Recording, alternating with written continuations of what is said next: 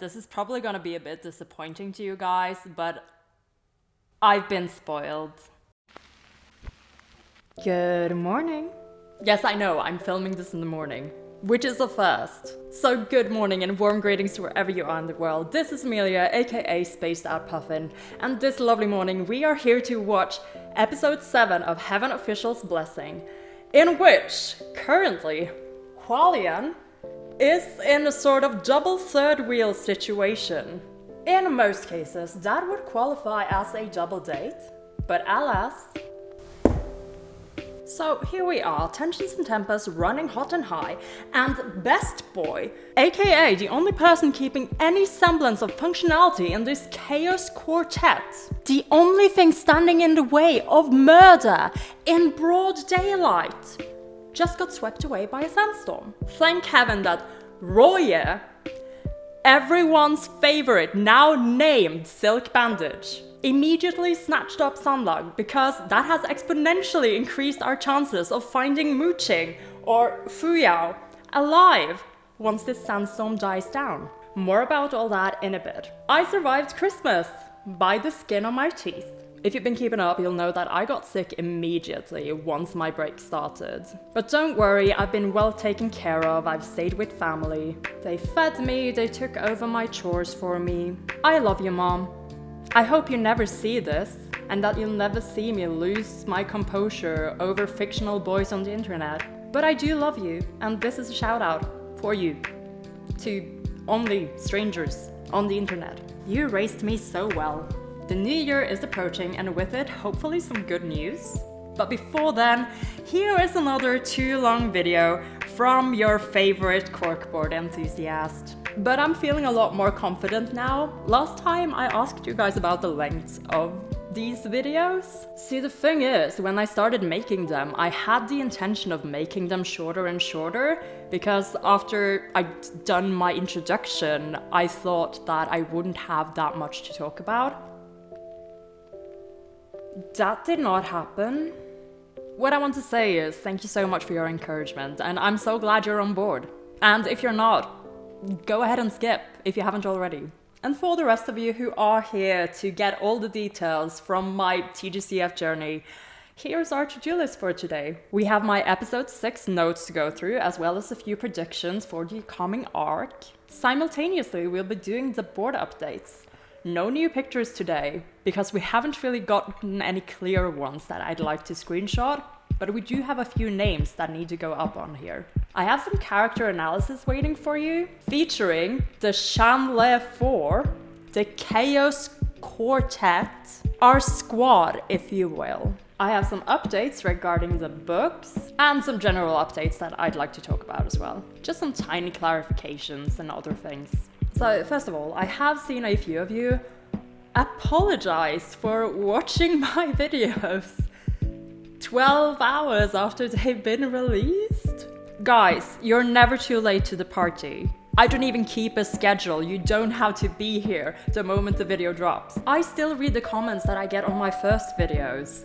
Even though I might have moved on from the things that they are mentioning, I might already know the things that they're excited to talk about. But that's perfectly fine. The tables have now turned. I am reacting to your experience of my videos. We live in a reaction feedback loop. You watch me react to this show. You leave me comments showing your reaction to my reaction to this show, which in turn makes me react to. Point is, it's all part of the fun. Never feel like you're too late to leave a comment, and never feel like you can't talk about things others have already talked about. It makes me pay extra attention because it's been mentioned several times. Now let's talk about some less pleasant things. Spoilers. You guys are great, by the way. Like I've already mentioned in an earlier video, I love your inside jokes. I'm just so incredibly envious that I am still not part of them. I'm sat here like a young child, surrounded by my TGCF seniors. And whenever I say something, you just look at me, sighing with those gentle, knowing smiles, like, oh, you sweet summer child. No, you guys are great. My biggest enemy is YouTube. Like, even if I'm just on my own video, trying to look through the comments, I will see things. Like, that one literally says it's a spoiler. Oh my god. Like, I don't even use this channel, like, as the channel I use for watching YouTube. However, because I now make TGCF videos, the algorithm has decided that I'm obviously interested in everything TGCF. Point being, I am trying. I am averting my gaze whenever I see the words Xianle, HuaLian. I am looking away, like a maiden, saving herself for marriage, scandalized by even the slightest slip of information. So I just want to say thank you guys for keeping the comment section spoiler free and for helping me and each other out. That said, I am still influenced by your little hints, which I like, because it really feels like I am sitting here watching it with my friends. But I really think it's important that you guys know that, because this relationship we've got going might fool you into thinking I'm smarter than I actually am. Like, yes, I'm working very hard to catch as much as I can, but I am constantly being nudged in the right direction, which is something you would do if you were sitting next to your friend watching it with them. And I don't know about you guys, but I think it's fine. And I will keep inferring and guessing information from the comments that you guys leave. For example, you guys liked the Sanlang sketchbook joke from the last video a little too much for it to be coincidence. I'm fully expecting Hua Cheng to give us a tour of his Xie Lian painting exhibition sometimes in the near future. Marking this down as highly suspicious. Still, I love learning from you guys. As you know, I'm kind of on social media lockdown. I'm getting all my fandom information from my other things via DMs only. You're the only fandom I'm interacting with directly right now. Which reminds me, thank you so much for indulging me by answering my poll that I was running last night, which Xie Lian won by a landslide, just as Hua Cheng would have wanted. I know this guy made like 20 accounts just to vote on this. If Xie Lian is in any popularity contest, it's rigged from the start. Real talk though, the poll and your comments gave me a lot of really cool insights. Like, your unwillingness to separate HuaLian from each other kind of gives me this feeling that Hua Cheng is going to grow on me in the future, when I learn more about, you know, the 800-year-long backstory. And the enthusiasm by which you mention the side characters gets me really excited. It gives me this notion that TGCF has a very well-rounded cast. So I'm really looking forward to meeting your faves. Let's talk books. Volumes 1 and 2 are on the way. I am checking the tracking app every day. But even more exciting is that you guys have continued to be beyond generous. I have now ordered volumes 3, 4, and 5. Yes, even the gay one. And I've almost bagged volume 6. Regardless whether or not these donations make it all the way, I will buy the remaining books once I get paid mid-January. But I am still in awe that you've gone out of your way to help me get those books early. So I wanted to do this tiny thing to show my appreciation to the followers of the God of Corkboards. I'm bestowing my blessings on your usernames by putting them up on the corkboard. The most recent additions to the book fund came from Willow and SJ. Thank you guys so much. And from last time, some names you've already seen on the screen. Haley and Aklis. Gosh, I'm going to butcher all these names. I'm so sorry, guys. Deal with it. Thank you to Mystery, Melissa and Will, Iwana and Missile Castillo, Nin Tennessee, and Just a Random. I do appreciate your very random donation. Mish Fortunes, who gave me my very first donation into the book fund. And lastly, Nimue, or Nim, who super generously bought me basically the first 2 books. Ta-da!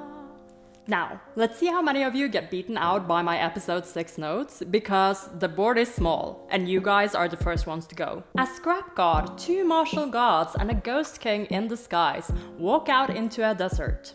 And the punchline is this whole episode. I loved episode 6, maybe even a little bit more than episode 5, but honestly, episode 6 is only this good because episode 5 has set it up for us. The episode has a strong start with HuaLian tag teaming this guy, like they are in one of the Guy Ritchie Sherlock Holmes films. You know, the ones with a lot of action. They are already communicating by just giving each other looks.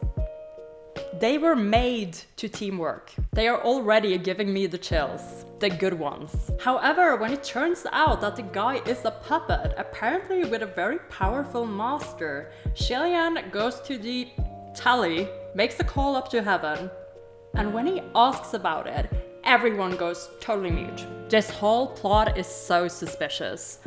Even Ling Wen says that she isn't really at liberty to discuss this, and that this has something to do with a heavenly official, or the affairs of heaven. So I am super expecting someone quite powerful up in heaven to show up here. We have a name drop for our board. The Windmaster. Where to put them? I feel like Pei Shu is kind of in the way right now. I'm gonna move him down here-ish for a bit. And I'll put Windmaster up here, because they seem more relevant right now.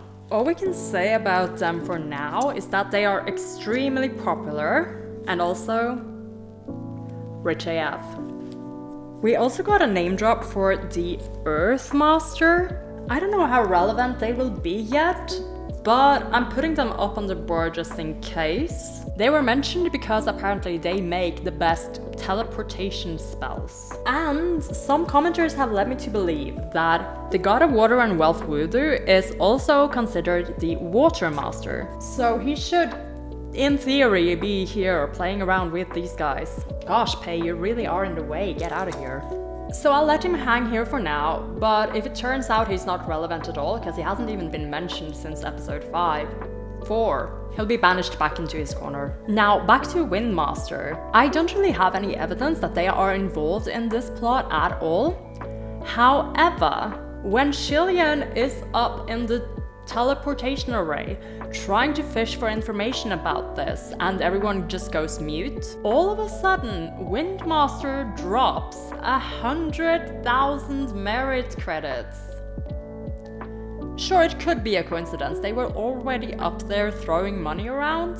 Or was it a distraction? Either way, Xie Lian hangs up his call, goes back to his temple, and decides to investigate this himself. Xianle, of course, is volunteering to come along when all of a sudden, knock knock, guess who it is? Our favorite cat and dog duo are here, which is where the fun begins. They are immediately super suspicious of Xie Lian's new live-in au pair, houseboy. And while I don't think they know exactly who he is right off the bat, something becomes very clear to us. It's that despite all the beef between them, Function and Mooching are prepared to set that all aside when facing a common enemy. Because the sentiment they have towards Hua Cheng is, it's bigger beef.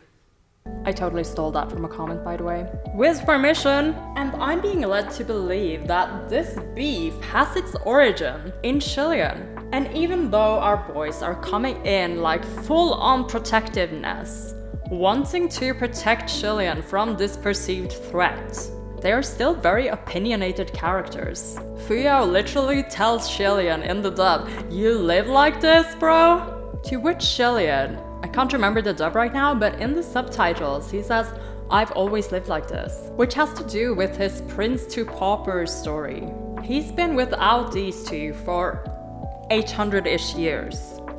A lot has happened in that time, and he has not been living in the riches that he probably did as the Crown Prince. More about this in a bit. Regarding the "there was only one bed" comment, someone said in the comments that Mooching is trying so hard not to be a homophobic homosexual. I thought that was really funny. Xianle is being super smug about what is being implied here, but he lets him think it. When they finally leave, Xianle also treats this whole thing like it's a date, strolling around this town in the northwest with Xie Lian on his arm. So they are a little bit mad. I would be too if I was suddenly third-wheeling it with these two. I wouldn't be mad, I would be so embarrassed I'd just go and hide. They would never see me, they would have their dates, all alone. I would chop myself off, no third wheel. And the rest of the episode is me learning a lot of new things. I was informed that the ghosts really are weak to the sun. Something about the sun having a lot of yang energy and the ghosts having yin energy. I think the thing about yang energy was also mentioned in the Ghost Groom arc. I'm still piecing it together, it's a little new as a concept to me. During all this, Xianle is also giving us a bit of plot exposition. We have some State Preceptors, 2 of them in fact. There is Function of the Central Plains. Not Function, but Function. So Function did not have a stint into being an evil preceptor somewhere, I hope. But while Preceptor Function has mainly been mentioned, the State Preceptor of the Crescent Kingdom seems to be more directly related to what's going on here. As I was rewatching the episode, I noticed that the exposition part showed that the State Preceptor had a bit of like a purplish theme to them. That doesn't really fit the first mysterious woman that we saw. Maybe the other one? Maybe the white-robed woman is like Function. Either way, I'm putting these 2 women up on the board, and hopefully we will have names soon. Or titles at least. Now, my absolute favorite scene of the episode is the one where Xie Lian is talking to Muqing and Function, and where he says about Xianle, being off doesn't mean he is dangerous. And then he makes these parallels about himself, and just asking these 2 to trust his judgment. He still allows them to run their own tests, and those scenes are perhaps some of the funniest. The water drinking scene. Xianle was going for that indirect kiss, right? And he was denied by Fu Yao's little plot. I think that's why he was extra mean with him. Nanfang's test has to do with the sword Red Mirror, which is a ghost revealing sword. Someone in the comments helped me place it a little better. Apparently it was a gift from the Emperor to Xie Lian. A gift that had to be pawned off after his first banishment, so that they could pay for food. The General Nanyang, after ascending, then went and found it again and bought it back. This says a lot about his character, I think. A lot about his priorities. And also maybe about his guilt about everything that happened back then. Anyway, they both fail. Xianle owns them both. He's just fucking around with them the whole episode. I also think he somehow immediately clocks them, which makes the form revealing water even funnier. Obviously, Fu Yao won't be drinking it himself. And the funniest part about that is that I think Xie Lian already knows who they are by then. The episode ends by distracting me with the softest HuaLian moments ever in the middle of a fucking sandstorm. Very romantic, I'm sure. Moving into this squabbling that Xie Lian tries to mediate, but then he gets swept up into the sandstorm. Like one of those leaves Xianle blows on in episode 5. Only him! Because God of Misfortune, I guess. At which point Fu Yao actually shouts after him, Your Highness, using his title. And they haven't done that in front of Xianle this entire episode, I think. Enter Xie Lian's silk band, RUOYE, who's sent on a mission to grab onto something sturdy. So of course, he grabs Xianle. I trust this little piece of cloth. It has its priorities right. Before we move on, I do want to do a character discussion involving the Xianle 4. See, the thing is, I didn't really think too much about Muqing and Function's behaviors or Xianle's comments towards them this whole episode, other than there's beef. Until I got this really insightful comment that made me pay more attention towards what was being said and what was happening. So full credit to Kaylor V for this comment. Like most of what I'm saying now is just using this comment as a talking point. It's a good read and it has some good replies, but I was struggling to find it. Like, can any of you see it? I only find it under my community tab and not under the actual video. What is happening here really shows us a lot about all these characters, especially Muqing, Function, and even Xianle. What they're thinking and also their priorities. We're really having a mirror situation of the Ghost Groom case, where Muqing and Function, in their forms as the junior officials, keep squabbling with each other instead of actually being of help. to the point where Xie Lian has to put them in their places and remind them why they're here to begin with. In this case as well, Fu Yao and Nanfang, Mu Qing and Fang Xin are more preoccupied with this newcomer than with actually helping out with the case. Some really good examples this comment points out is how Xie Lian was saying how Fu Yao is supposed to be conserving his energy in case of emergencies.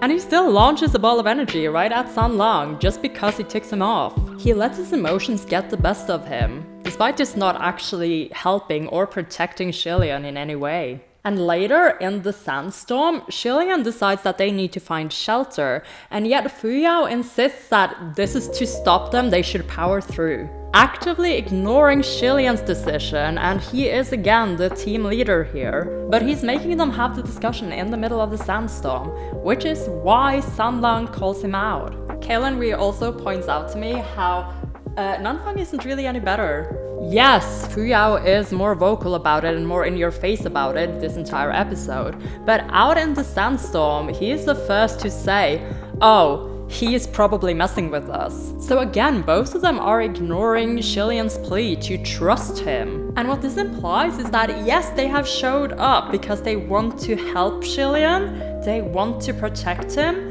and again, I think they want to make up for the abandonment, for the guilt that is still festering in them.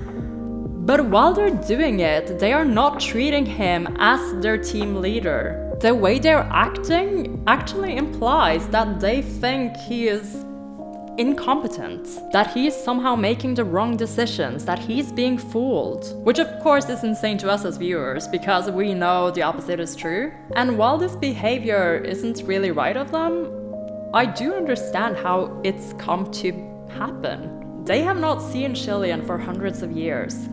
They have been gods, probably for longer than he ever was. And if my theory about them paying back his debt is correct, like I think they might be doing it out of guilt. They've become more powerful now. They have the means to help and protect Xie Lian like they didn't before. They want to make up for all this absence.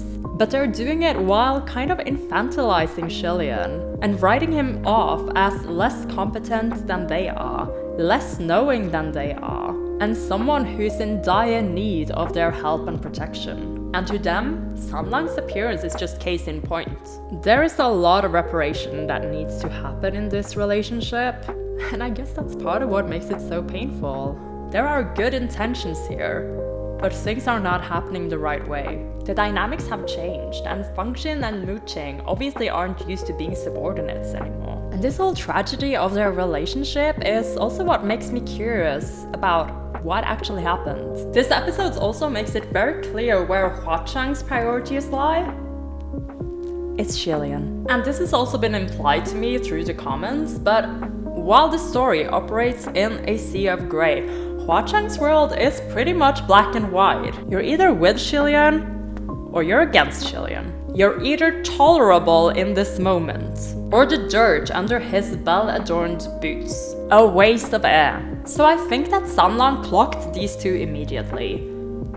Did Xie Lian clock them immediately as well? I think he knows by now. Like, I'm pretty sure that he knew sometimes in episode 4, like when he was thanking them for sending their junior officials. That felt like him telling them that he kind of knew. Then again, he probably knew a little sooner. Like he'd only just met the generals again in the telepathic array, you know, back in episode 1. So maybe when the junior officials showed up, he spent some time, you know, observing them for a bit before he could say that he was sure. I think he must have recognized them by their behavior after a bit, especially by the time they got to the Nanyang temple. Like, even if it had been 800 years, they were quite close, right?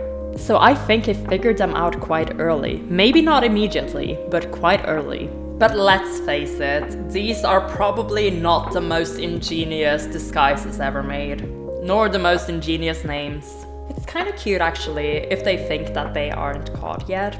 And I'm still not sure that they actually know that San Lang is Hua Cheng, but I know how we're gonna find out. So okay, no more jokes, no more discussions, let's start rolling into episode 7. I've already made some predictions during my discussions just now, but to summarize, someone in heaven is involved in all this. And even Lingwen is kind of covering for them, so it's someone well known and someone potentially powerful. Windmaster? Like it could be. Because the State Preceptor had like the purplish theme, maybe the State Preceptor is the black robed woman. And maybe the white robed woman we saw is the Windmaster? Maybe there is something going on here. I'm also not sure if the Preceptor is actually evil. Or maybe there's a bit of a red herring going on here to cover up for something even bigger. All that's left for us to do is sit back and find out. Heaven Official's Blessing, episode 7. Let's go.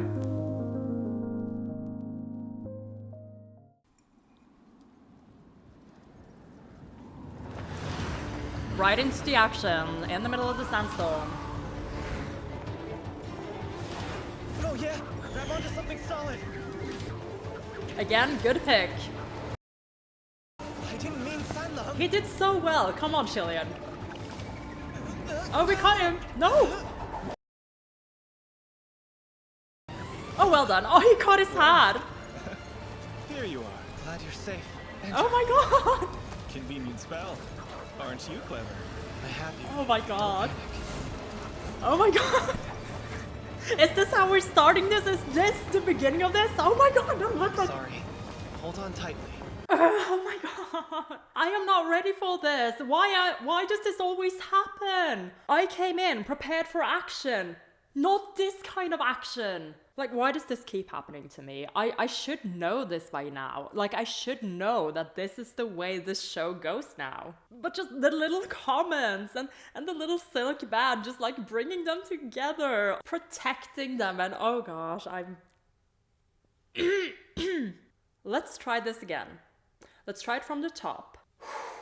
But like, does it even help that I know what's coming? I didn't mean Xianle. They will be the death of me. Well, here you are. Glad you're safe. Oh gosh. Convenient spell. Aren't you clever? I have you. Don't panic. He's panicking. He's panicking so hard inside. Oh Sorry. god. Hold on tightly. I'll get us back down. He does not mind, Xie Lian. Something else. Get away from me! Something not sturdy. What are you two doing here? No Why way! did you ask your stupid white silk thing? No Listen way! better. You're a bad band. What do you mean? He's doing his best. RUOYE is doing his absolute best. He's the main character here. My apologies. Oh yeah. One more time. Go! Try something else! Stop using that crap! Don't say that. RUOYE is gonna do its best. Look at that. It worked. It's got it. Help pull us in. I told you to knock it off! But it was already able to grab onto something firm. Pull back. Yeah, stop telling him what to do. He's got this.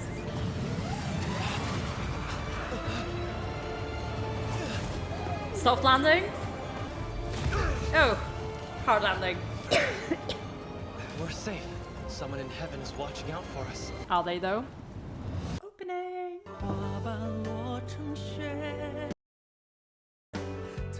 This is my favorite part of this, by the way. It's so good.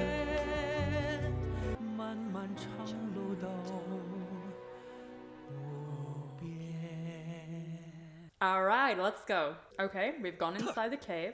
This is all their fault. Those bastards. They will pay. Oh yeah? What are you gonna do? Shut up.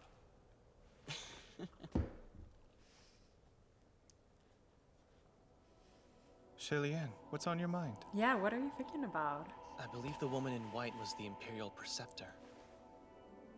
The way they ran, they must be trained. Then who was in the black? Feng Xing? The other evil preceptor? I guess the other that way possible? around. It wasn't. Feng Xing's from the Yong'an Kingdom. Plus, they were Yong'an born a Kingdom. century apart. Oh. How do you know so much about this? Truthfully, I used to collect scraps there. Oh my god, Xie Lian, you've just been everywhere. Anyway, if the Bangyue Imperial Preceptor's intention was to stop us here, she succeeded. We have no choice. Let's wait it out. I agree. Little Lumo spell? A 1,000-pound fall technique might have saved us up there, but you weren't very helpful. We tried! Hush! There are no temples. Too far northwest. We're both at a disadvantage. Alright. Our mana is restricted since we've roamed too far from the south where our generals are. Hey, look. I see. What's this? That's odd. How could anyone dig a hole in such a hard rock? Always making a fuss over nothing. You're just like your master. They're still taking digs at each other. Like, they just won't let it rest. Since this area gets hit with so many sandstorms at night, Bangyue people dig. It's all to protect their livestock. And sometimes they'd even use dynamite. Oh. Over there! Oh no! It's just people. They're just people. We're all good.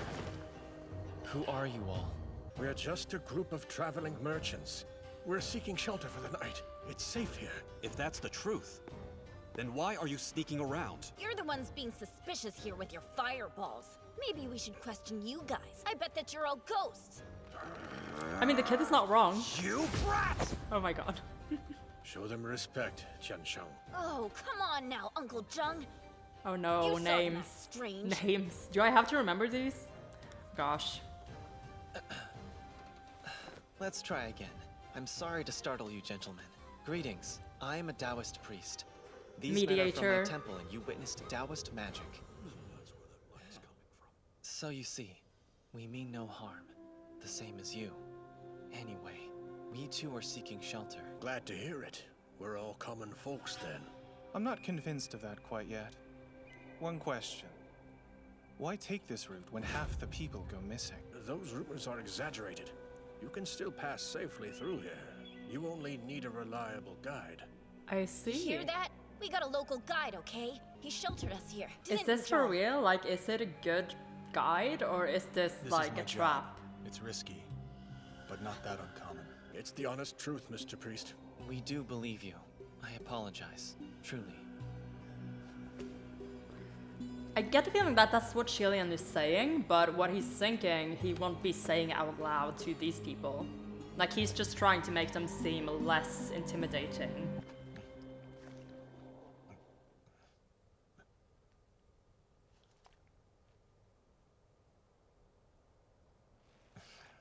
Xie Lian, What is it? did you notice those characters written there?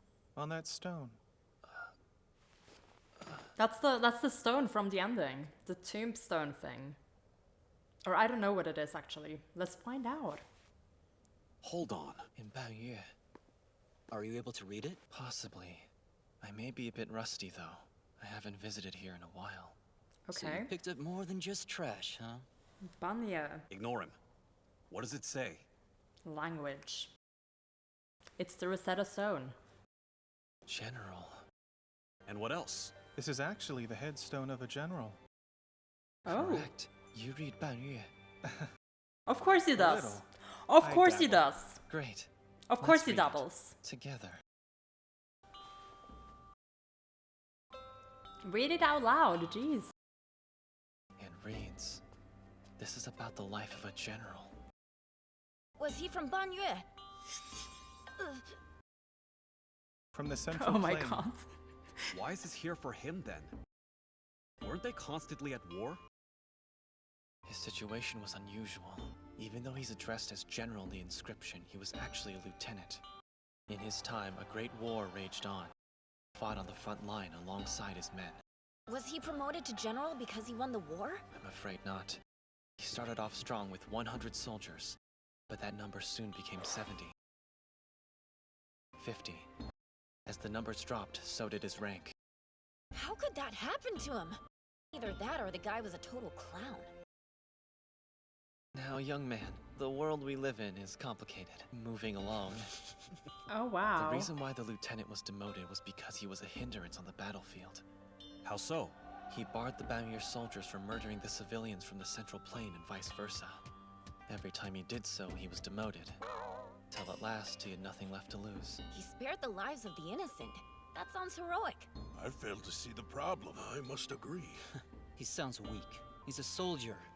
He has a responsibility to uphold. Casualties in battles are inevitable. His attempt to save lives from both sides only makes him a traitor to his own men. He would have been a laughingstock to the enemy. That's only what you think. Look at his stone slab. Yes, they paid tribute, but he wound up dead anyway. Not to mention, Banyue Kingdom lost. It was all a waste. Okay, I have to admit, this is probably gonna be a bit disappointing to you guys, but I've been spoiled. The moment they started talking about this general, like, I know what this is gonna be, and like, I'm seeing it now that I already know the answer. This is YouTube's fault. Again, this is a video that's like appeared on the sideline when I was going through my own comments. And I saw a TGCF reaction, and one of them was for like later on in this season. And it has Xie Lian wearing the same clothes as the general here. Yeah, that's Xie Lian. I've been spoiled. This is so distressing actually. I don't even know if I would have pieced it together. So that's annoying. But yeah, looking at everything they're saying, it is obviously Xie Lian. Wanted to mediate between the two sides, was a hindrance to everyone around him because he is the god of misfortune. So he has connections to both the Central Plain and to Banyue, which I understand is the Crescent Kingdom. Gosh darn it, that's so frustrating. I hate that I was spoiled for that. Like, I'll never know if I would have been able to figure that one out, because someone put, "Oh, he's the general," in their thumbnail. I will try very hard to make my thumbnails as spoiler-free as possible for any future reactors in this world, because that was just a bit sad. Alright, too bad, let's move on. That's naive. You're awfully quiet. Tell him I'm right. There's nothing wrong with trying to save lives. And I think Xie Lian Not agrees wrong. with that. He did die. And he was murdered by his own men, right? Not quite. It says here that in mid-battle was slain. But the cause of death was he tripped over his own shoelaces. Then the enemy stabbed him to death. How tragic. Xie Lian, my baby! I'm so sorry! What's funny? Yeah, what? That's such a ridiculous way to die. Stop! Although his military Don't do this reputation to my had fallen, boy. civilians were grateful. So they called him General and made this tomb. The civilians made There's this something for him. mystical about this stone, though. It says if you bow to it 3 times, it will protect you while crossing this desert. Really? That's right. They're gonna immediately go bow to it. It didn't actually say that, did it? Huh, I didn't catch that last part. Of course not. I made it all up. I love you, Just having Sanlang. Prankster. Over there! It's a cobra! Okay, snakes incoming, but I just really want to know if... So I've been spoiled, but Sanlang wouldn't be able to know this information, would he? Or maybe he does. Like, he knew a lot about Banyue, the Crescent Kingdom, and everything that's been going on here. Like, why? How does he know stuff like this? Has he as well been around this area? Like, maybe they missed each other. Like, barely. And maybe Sanlang, like, realized later that this must have been Xie Lian passing through this area. I just realized I'm just using Sanlang and Hua Cheng, like, interchangeably now. They're both good names. They're so fun to say. Sanlang, Hua Cheng, Hua Cheng. Ignore me. Let's get back to the snakes. Pausing again to say that I just realized that Sanlang stuck his tongue out at him when he called him a prankster. Why are you so silly? Why are you so silly, boy? Prankster. Over there! It's a cobra! Oh. Ah! Not even a bother. Help me look it over. Notice anything odd about it? Be careful of its tail! Sanlam! Isn't that interesting? Oh my see? god. He's like a child with an Scorpion tail. insect. That looks nasty. A It's scorpion a creature tail. from the Banyue Kingdom. It's part serpent, part scorpion. Highly venomous. One of the reasons the evil Oh my Banyu God. Taoist rose to power was because she could control these snakes. Okay. She could control the snakes. There must be more. Get away! Snakes! Oh, there they are. There are too many! Uh-oh.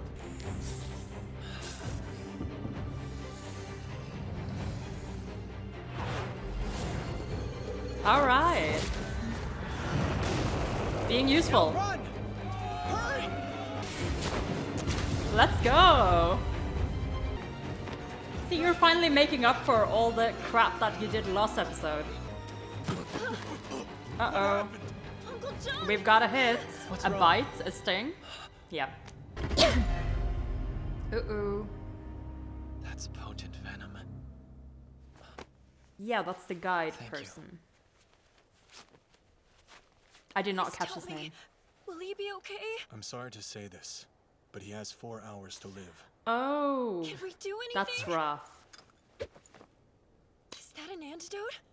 It won't cure him, but it'll delay it a day. Oh, thank you, Function. That's very kind. He'll still die, huh? So is there no cure? There's one. An herb called the Banyu fern. It's quite effective too. Okay. Bastard! Why there's didn't an you say antidote. anything? He has good reason. Finding that fern could cost our lives because it only grows in the ruins of the Banyu Kingdom. People Of died course. traveling there? Yes. So now we have to go to Banyu How do we fix this? I'm to worried. get the antidote Was this an attack? for this guy. From the Imperial Preceptor, perhaps? Lingwen, I have something to ask you. Lingwen, And of course, she is not taking the phone. I'm having trouble using the telepathic matrix. The same for me. Oh, okay. Me too. It's not just Xie Lian, for once. Oh no, come on. Who could be interfering? What's happening? Is it gonna get the kid? Oh, it was about to get Sandong. Well done, Xie Lian. The tail, get the fucking tail. Oh my god, of course. Damn it. Careful, there may be more of them here. It got Xie Lian. This is why we're going. This is why we're going to the Sandong, kingdom. Are you all right, sir? He is not happy about that. Please don't worry. It's not serious. Tightening the bandage. We're sterilizing it. We're helping get the poison out. Brace Let's yourself, go. Xie Lian.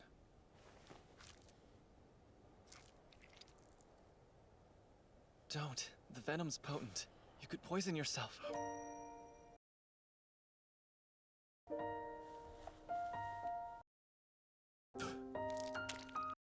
Why did you grab He the doesn't snake? care. That He was doesn't really care. reckless. You idiot. Could have gotten hurt, though. I agree, Fuyao. I agree. That was Enough. reckless. The pain is gone. Xianle would not have wanted that. He would have taken it, Xie Lian. Oh my gosh, he's so cute. Honestly, I'm fine.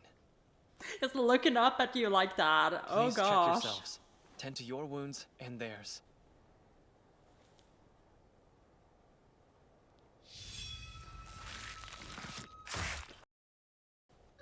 Sir, your hand.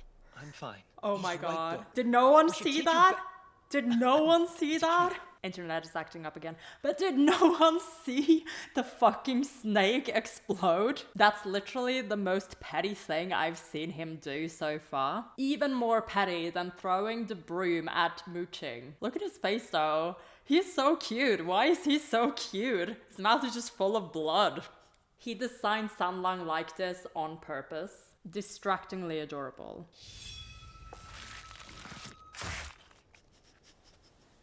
Your hand. I'm fine. He's right, though. You're in danger. We should take you back to camp. Please, good priest, don't Yeah, leave us. Mooching wants to take him back to heaven, I guess? We need to report this. The blocked matrix is a problem. We'll do that. But first, let's find the Banyu fern. We have a life to save. You're One so request. good, Xie Lian. We need him to be our guide. Fuyao, I'll need you to protect them. Alright? Hang on. But will this plan work? We're leaving Fuyao. The Banyu Kingdom's that way. I can get them there easily. So it's settled then. Alright. We're on a timed quest now to get the antidote. I mean, I'm guessing Xie Lian obviously is handling this better because he is a god. And also immortal. He's suspicious, isn't he? Oh. I hope I'm being paranoid, but it's good to keep a close eye on him. Okay, so you brought him along not because you don't know how to get to the kingdom, but because you are suspicious of him. The guide is suspicious. How long has it been since they left? Don't worry, I'm sure they'll be back before long. I fear Uncle Zhang may not make it unless they return soon. Piss break! Me too! Me three! Fuya does not care. He does not care. He's like, fucking go then. We're here.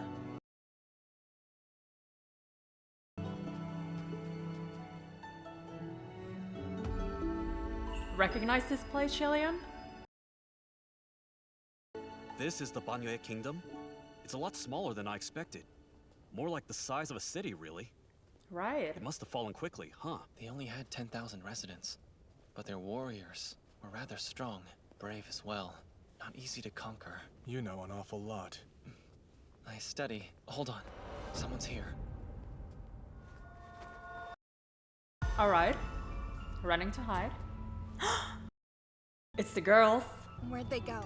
How'd they disappear? I'll seek you out one by one if I must. The Imperial Preceptor. Will you ask your friends for help? No, you're more than enough. Aren't you flattered?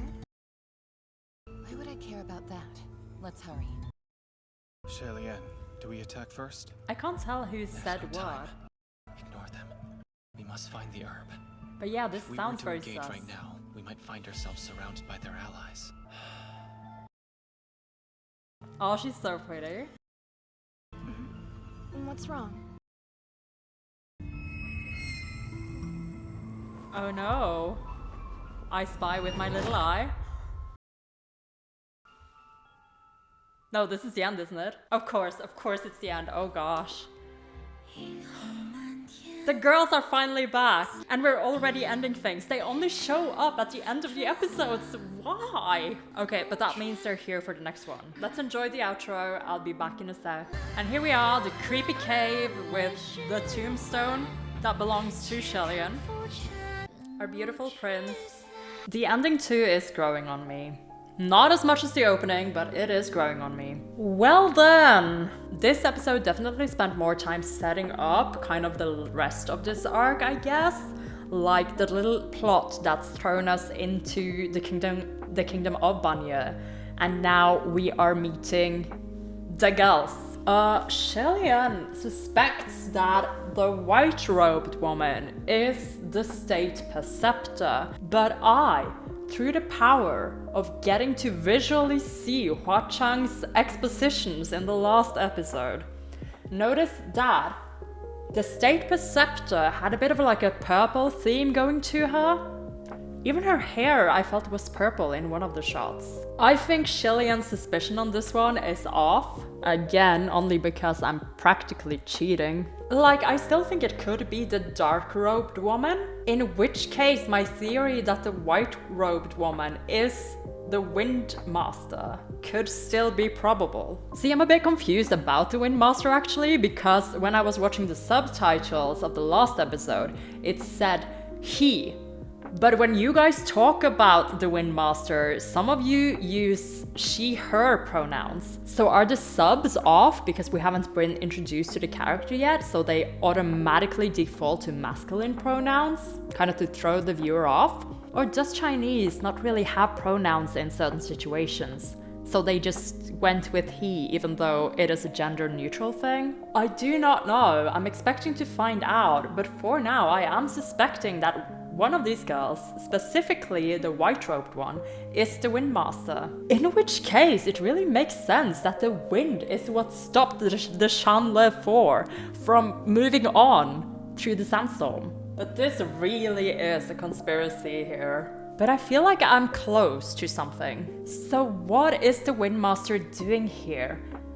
Is she here to cover up the tracks of something nefarious that she's been a part of? How is she connected to the State Preceptor? Is the dark-robed woman even the State Preceptor? Xie Lian confirms to us that function probably is not connected with this State Preceptor at all, because function belongs to the Central Plains, not Banyue. And also they were born 100 years apart. But I guess if they both became ghosts somehow, and we know that the State Preceptor of Banyue is a broth level ghost, then I suppose they would have had time to meet and do their evil ghostly things together. But then again, because we are playing in a sea of grey, maybe the Windmaster is involved in something that is indeed not as evil as we think.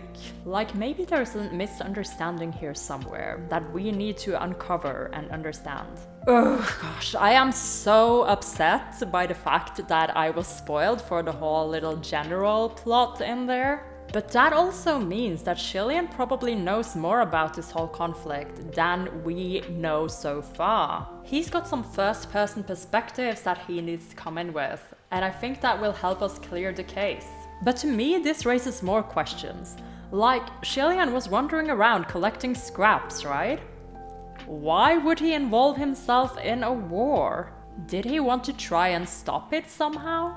I mean, in the story about the general, he is always trying to make them stop fighting, which seems in character to me. By the way, I have like a million pens down here, so I keep picking different ones up to like point at the board. It must look really weird in editing when I'm just like picking up different colored pens and pencils all the time. I know, it's silly. Another thing that is being discussed is how the guide is suspicious. And that's why Xie Lian has brought him along at all. Nanfang has already picked up on it and asks Xie Lian about it when the guide goes up ahead. What is it that triggered their suspicion is what I wonder. I mean, they seem surprised that this was a job at all, that people pay guides to go across the desert. I mean, if this was like common knowledge, wouldn't the other caravans also have had guides? There is definitely something suspicious going on there. I'm not sure what exactly yet, but the guide, whose name I did not catch and will have to catch in the subs, is suspicious and might even be working with the State Preceptor to lure people into the kingdom.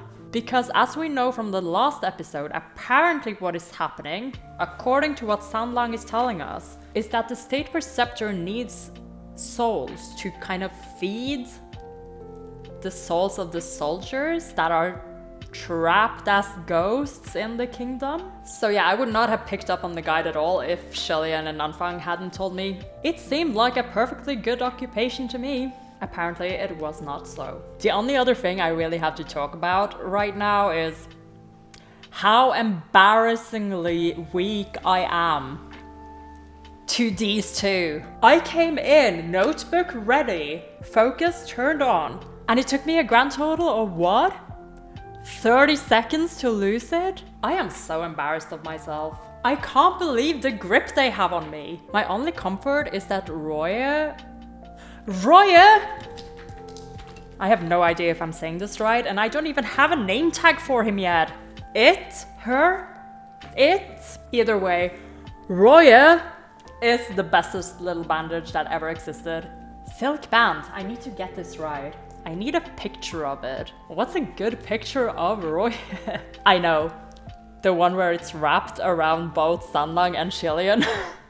It would give me an excuse to get that picture up on the board. But oh my gosh, my only comfort is that RUOYE ships HuaLian harder than I do. But it's about to get competition. There's just something about their little interactions that are so endearing to me now. See, the thing is, we know Sanlang knows about his own feelings and his own devotion and all that.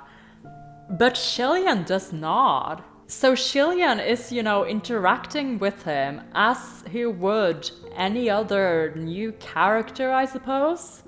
Like, I don't think Xie Lian has pieced together that this is, well, maybe that he is him, but that Hua Cheng is the kid he saved? I don't think he's pieced that together. Gosh, again, like I'm missing so much of the backstory, so I can't really tell. I feel like this is Xie Lian getting to know Xianle. And like he said, he actually likes him. Or in the sub, gets along with him. And in a way, this is Xianle getting to know Xie Lian as he is now. So there is intense backstory. But what we are building here and now feels just as important. And just as lovely. So summarized, the plot is happening, but love is also happening. And I am intensely grateful for the fact that I get to rewatch this episode now, again, and freak out over the first 5 minutes, again. No one got to fall off the board this time, but oh my god. People are going to have to move once I get more pictures up. Season 2 is already going to need a bigger board. Once I get the books, I'm going to have to look for a board that I can get into this living room. And this board is like easily movable, like I can move this around and take it with me. So this can be like a mini board for other things. But I need a big board. I need a big board. Because I have so many questions and so many things that need answering. So this was another fun episode. Not the greatest episode, but it sure had some great moments. This has been Spaced Out Puffin, and I will see you in the next one.